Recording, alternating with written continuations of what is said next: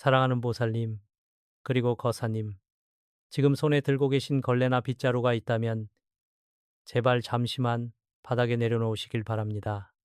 주방에서 저녁 준비를 하고 계셨다면 가스레인지 불을 잠시만 끄고 이 자리에 편안하게 앉아 주십시오. 오늘은 집안일에 치여 쉴 틈 없이 돌아가는 당신의 시계를 아주 잠시만 멈추고 오직 당신 자신만을 위해 제 이야기에 귀를 기울여 주셔야 할 때입니다. 제발 그 아픈 무릎 좀 그만 주무르시고 굳은 살이 박여 거칠어진 두 손을 가만히 내려다 보십시오. 비가 오나 눈이 오나 뼈골이 빠지게 일하시느라 퉁퉁 부어오른 손마디와 굽어버린 허리를 보면 제 가슴이 다 미어집니다. 지긋지긋한 관절염 때문에 밤새 끙끙 앓으면서도 날이 밝으면 또다시 가족들 건사하느라 천근만근 무거운 몸을 이끌고 찬바람 부는 일터로 향하셨지요. 그 서러운 세월이 대체 몇십 년입니까? 밥솥에 따뜻한 새 밥이 가득 있어도 혹여나 남편과 자식들 입에 들어갈 밥이 모자랄까봐 보살님은 늘 구석에서 찬밥에 물을 말아 드셨습니다. 윤기가 흐르는 맛있는 고기 반찬은 가족들 밥그릇에 다 올려주시고 정작 본인은 남은 찌개 국물에 신 김치 한 조각으로 대충 끼니를 때우셨지요. 내 몸 상하는 줄도 모르고 그렇게 헌신하며 살아왔는데 왜 항상 지갑은 먼지 날리듯 텅텅 비어있고 마음에는 시린 찬바람만 부는 것일까요? 심지어 내가 지은 빚도 아닌데 가족이 진 빚, 남편이 만든 채무까지 고스란히 떠안고 굽은 등을 더 굽히며 살아온 세월입니다. 남몰래 이불을 뒤집어 쓰고 흘린 눈물이 강을 이루고도 남을 텐데 누구 하나 보살님의 멍든 가슴을 진심으로 알아주고 따뜻하게 안아준 적이 있습니까? 밤마다 어두운 천장을 바라보며 내 팔자는 왜 이리도 기구할까? 언제쯤 이 고생이 끝날까? 한숨 지으셨던 그 수많은 밤의 고통을 저는 너무나도 깊이 느끼고 있습니다. 특히 오늘 제가 이 자리에 간절한 마음으로 모신 세 가지 띠를 가진 분들, 바로 말띠, 원숭이띠, 그리고 개띠 보살님과 거사님들. 여러분은 전생에 무슨 큰 죄를 지은 것도 아닌데 유독 이번 생에서 남들보다 2배, 3배 더 많은 무거운 짐을 짊어지고 오셨습니다. 항상 남에게 양보하고 남들이 꺼리는 굳은 일은 도맡아 하면서도 좋은 소리 한번 제대로 듣지 못하는 그 억울하고 원통한 팔자를 어찌 다 말로 표현하겠습니까? 보살님, 거사님, 이제 제발 혼자서 울지 마십시오. 당신이 흘리신 그 뜨거운 피눈물과 바닥에 떨어진 땀방울을 하늘이 그리고 칠성님께서 다 지켜보고 계셨습니다. 여러분이 가난하고 힘든 것은 결코 여러분이 게으르거나 못나서가 아닙니다. 그것은 단지 억울하게 엉켜버린 운명의 실타래, 그리고 집안에 몰래 숨어든 나쁜 기운 때문이었고, 이제 그 모진 실타래가 완전히 풀릴 때가 온 것뿐입니다. 분명히 명심하십시오. 고생 끝에 낙이 온다는 말은 결코 헛된 옛말이 아닙니다. 다가오는 2026년 하반기, 드디어 우리 말띠, 원숭이띠, 개띠분들의 메말은 인생의 거대한 황금빛 소나기가 쏟아질 것입니다. 그동안 겪었던 모든 서름과 가난의 때가 씻겨 내려가고 평생 상상조차 하지 못했던 엄청난 대운과 금전운이 여러분의 문 앞까지 밀려올 준비를 마쳤습니다. 그러니 오늘 이 영상 단 1초도 놓치지 마시고 끝까지 제 목소리에 귀를 기울여 주셔야 합니다. 제가 오늘 여러분의 뼈아픈 과거를 위로하는데 그치지 않고 어떻게 하면 그 지긋지긋한 가난 귀신의 사슬을 영원히 끊어내고 2026년 하반기에 찬란한 대운을 거머쥘 수 있는지 그 천기누설의 비방을 하나하나 다 풀어드릴 것입니다. 자, 가슴속에 맺힌 하늘 내뱉듯 심호흡을 깊게 3번 하시고 제 다음 이야기를 들어주십시오.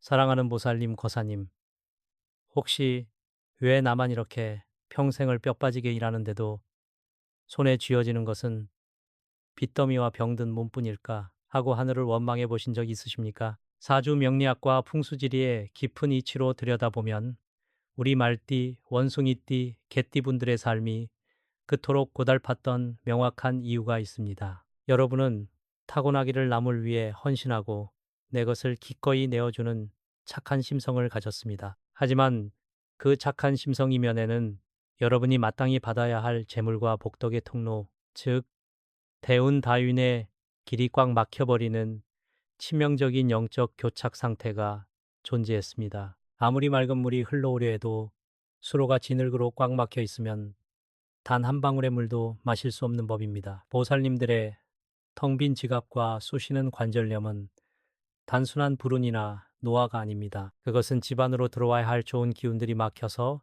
썩어가고 그로 인해 여러분의 생명력과 재물운이 바닥을 치고 있다는 끔찍한 증거입니다. 식구들 먹이려고 당신은 매일 구석에서 찬밥을 삼키며 희생했지만 그 고결한 희생의 에너지가 집안에 올바르게 순환되지 못하고 그저 허공으로 흩어져 버린 것입니다. 그렇다면 도대체 무엇이 여러분의 대운을 가로막고 집안의 기운을 갉아먹고 있는 것일까요? 저는 오늘 아주 무서운 진실을 말씀드려야겠습니다. 바로 여러분의 집안, 보이지 않는 어두운 구석에 또아리를 틀고 있는 흉악하고 교활한 불청객, 가난 귀신 때문입니다. 이 가난 귀신은 음습하고 탁한 기운을 먹고 자라며 집안의 주인이신 터주신 터주대감의 눈을 가려 보살님들께 내려갈 복을 중간에서 가로채는 아주 악독하고 질긴 존재입니다. 무심코 저지른 사소한 습관들이 이 가난 귀신을 집안으로 초대했다는 사실을 아십니까? 현관에 어지럽게 널브러진 흙 묻은 신발들, 버리기 아까워 베란다 구석에 켜켜이 쌓아둔 낡고 고장난 물건들, 그리고 햇빛이 들지 않아 서늘한 냉기가 도는 집안의 그늘진 모서리들. 이런 사소한 풍수적 결함들이 가난 귀신에게는 완벽한 은신처이자 놀이터가 되었습니다. 집안의 기운이 이렇게 탁해지니 터주신조차 여러분을 돕지 못하고 뒤돌아 앉아 탄식만 하셨던 것입니다. 이 악독한 가난 귀신은 집안의 재물만 갉아먹는 것이 아닙니다.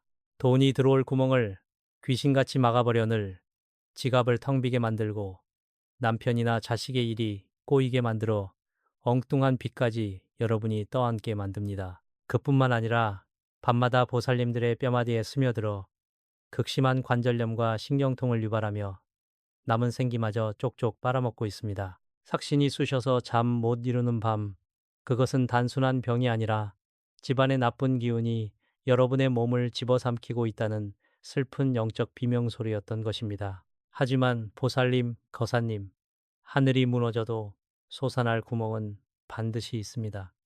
영원히 지속될 것 같던 이 지독한 어둠의 터널도 이제 끝이 보입니다. 명리학의 거대한 흐름을 보면 다가오는 2026년 하반기는 우주의 기운이 크게 뒤바뀌는 천재일우의 시기입니다. 꽉 막혀있던 대운의 숨통이 트이고 칠성님, 칠성신의 강력하고 성스러운 빛이 여러분의 집안으로 쏟아져 내리는 기적의 문이 열리는 때입니다. 이제 더 이상 당하고만 살 수는 없습니다. 가난 귀신이 던져주는 불행의 부스러기나 주워 먹으며 눈물 찢기에는 우리 보살님들의 남은 인생이 너무나도 소중하고 눈부시게 아름답습니다. 2026년 하반기라는 이 엄청난 기회의 시간을 맞아 우리는 반드시 집안의 탁한 기운을 몰아내고 터주신의 노여움을 풀어드려야 합니다.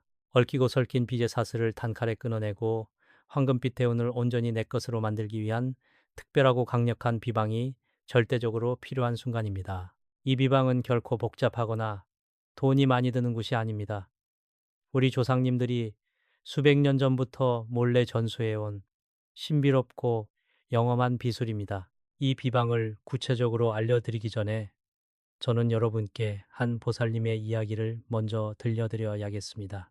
여러분과 똑같이 눈물로 찬밥을 삼키다. 이 비방 하나로 인생이 180도 뒤바뀐 부산 자갈치 시장의 어느 개띠 보살님 이야기입니다. 과연 그녀의 시궁창 같던 삶에 어떤 기적이 일어났을까요? 보살님들, 제가 지금부터 들려드릴 이야기는 지어낸 허구가 아닙니다. 불과 몇 년 전 부산 자갈치 시장에서 매일 칼바람을 맞으며 생선 좌판을 깔았던 1958년생 개띠 김보살님의 피눈물 나는 실제 이야기입니다.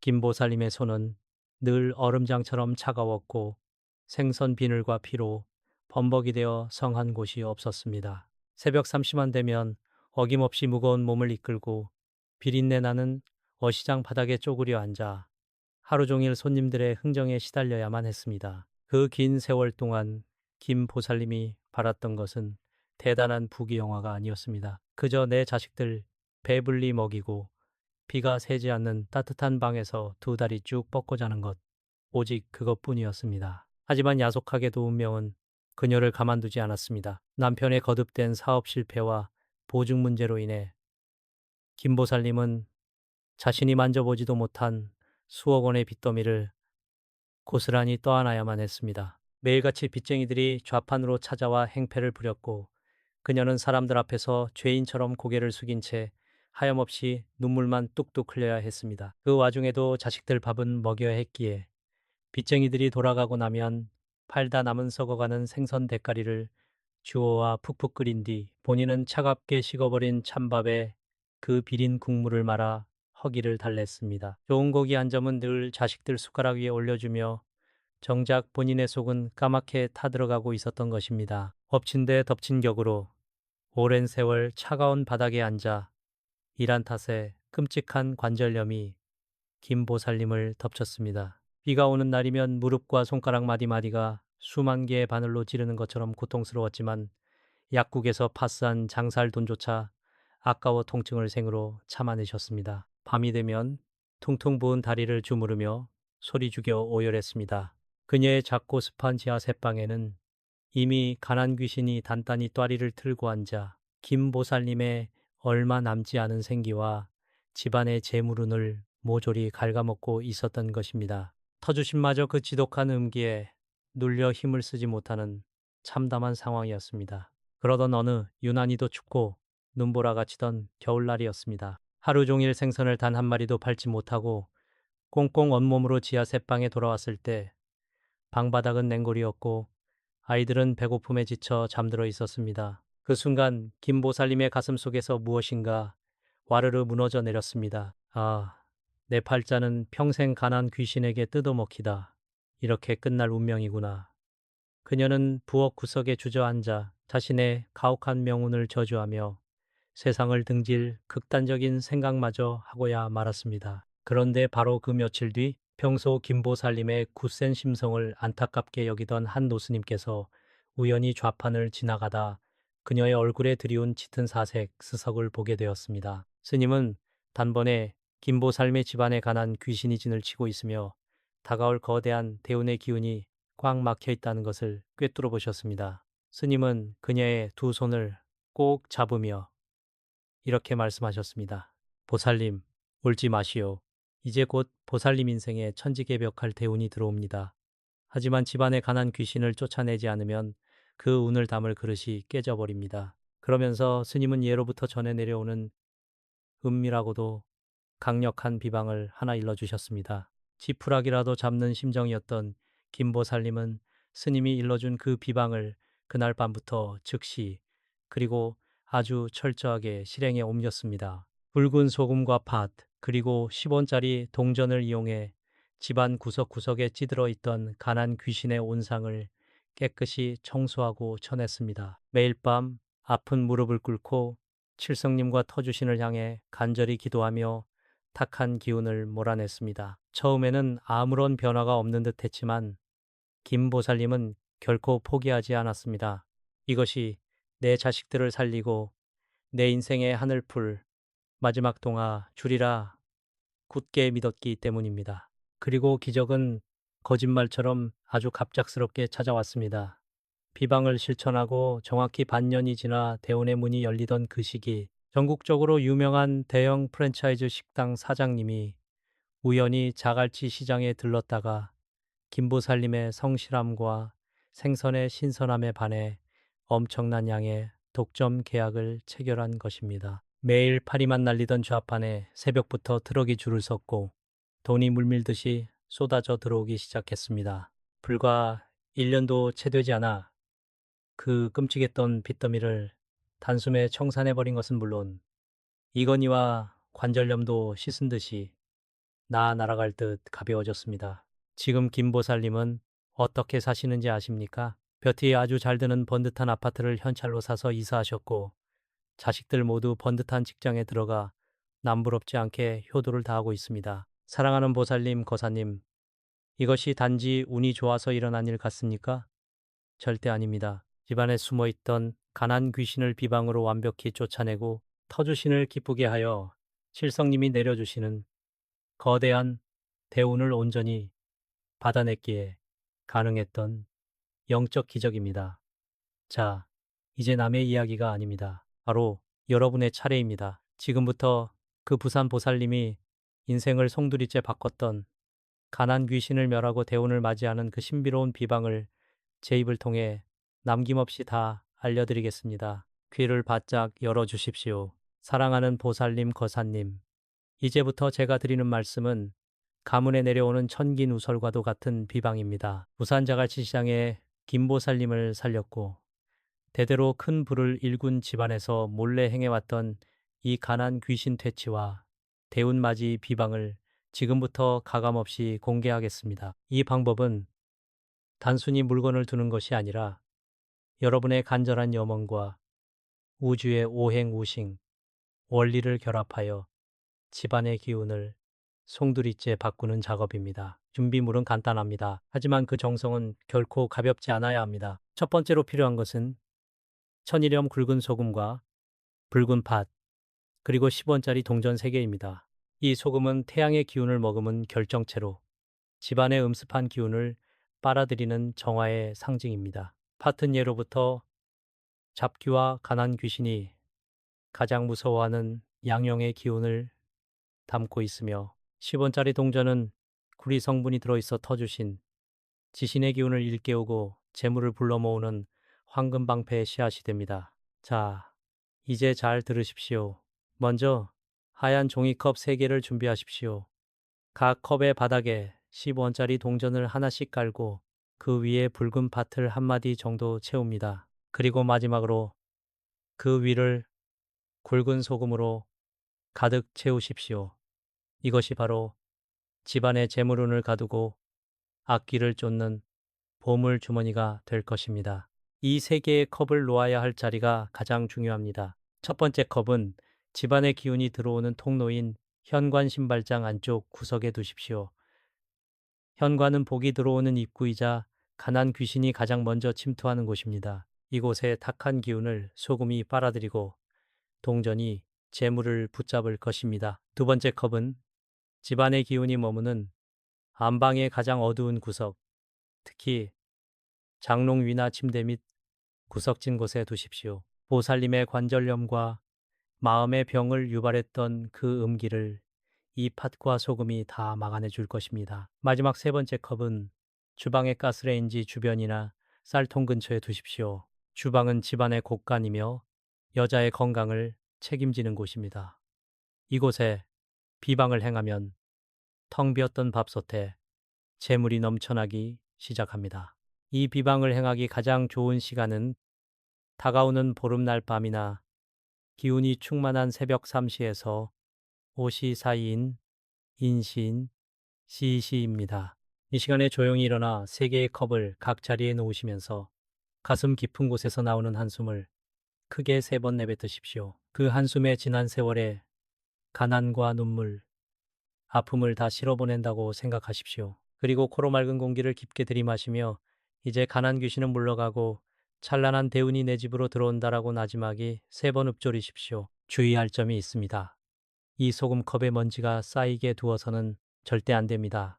일주일에 한 번씩 정성스럽게 컵 주변을 닦아주며 터주신께 감사 인사를 올리십시오. 그리고 2026년 하반기가 끝날 때까지 이 소금을 절대 버리지 마십시오. 소금이 습기를 머금어 눅눅해진다면 그것은 보살님 대신 집안의 나쁜 기운을 온몸으로 받아냈다는 증거입니다. 그럴 때는 소금만 새 것으로 갈아주시고 헌 소금은 대문 밖 멀리 버려주시면 됩니다. 보살님, 거사님, 이 방법은 단순해 보이지만 천년의 세월 동안 검증된 강력한 비기입니다. 이 비방을 실천하는 순간부터 여러분의 집안을 감싸고 있던 검은 안개가 걷히고 막혀있던 대운의 물꼬가 터지기 시작할 것입니다. 2026년 하반기 말띠, 원숭이띠, 개띠 여러분의 통장에 돈이 쌓이고 아팠던 몸이 씻은 듯이 낫는 기적이 반드시 일어납니다. 자, 이제 마지막으로 우리의 염원을 하늘에 닿게 할 가장 중요한 순서가 남았습니다. 바로 칠성님께 울리는 간절한 발언과 황금 방패를 완성하는 법입니다. 사랑하는 보살님, 거사님, 이제 모든 준비는 끝났습니다. 집안의 가난 귀신을 쳐내고 대운을 맞이할 비방을 마음에 새기셨으니 마지막으로 저와 함께 하늘의 문을 열어젖힐 간절한 발언을 올릴 차례입니다. 지금 이 순간부터 제가 드리는 말씀은 단순한 위로가 아니라 여러분의 앞날을 지켜줄 강력한 황금 방패가 되어줄 것입니다. 자, 두 손을 가슴 앞에 가지런히 모으고 눈을 감으십시오. 마음속으로 여러분의 이름과 나이를 나지막이 읊조리며 칠성님과 터주신께 모든 것을 맡기겠다는 믿음을 가지십시오. 저를 따라 마음속으로 따라 하셔도 좋습니다. 천지신명이시여, 칠성님이시여, 여기 한평생 남을 위해 헌신하며 눈물로 밤을 지새운 말띠, 원숭이띠, 개띠 제자가 있습니다. 그동안의 모진 풍파와 가난의 사슬은 오늘 이 시간부로 영원히 끊어내 주시옵소서. 집안 구석구석 도사리던 가난 귀신은 소금과 파티 기운에 녹아 사라지고 10원 동전의 황금빛이 온 집안을 가득 채우게 하소서. 2026년 하반기 막혔던 대운의 문을 활짝 열어주시고 들어오는 재물은 바다처럼 넘쳐나고 나가는 재물은 황금 방패로 굳게 막아주시옵소서. 보살님의 아픈 무릎과 시린 가슴을 따뜻한 자비의 빛으로 치유하여 주시옵고